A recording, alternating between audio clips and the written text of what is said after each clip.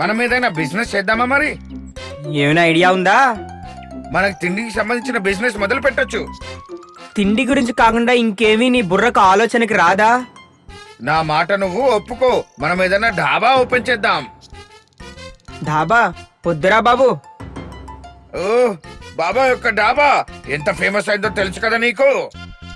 అవును, ఇది చాలా మంచి ఐడియా. నడు మనం ఏదైనా ధాబా ఓపెన్ చేద్దాం. ఇంకేముంది, లంబూ టింగులు నడపడానికి ఒక ధాబా తీసుకున్నారు. ఇక ఆ ధాబాకి పేరు పెట్టారు లంబూ టింగుల ధాబా.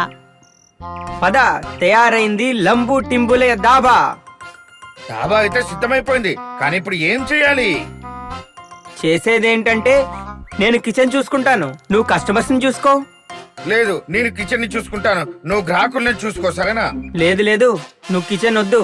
నువ్వు నీ కడుపు నింపుకుంటూ ఉంటావు, బయట కస్టమర్లు ఆకలితో ఉంటారు.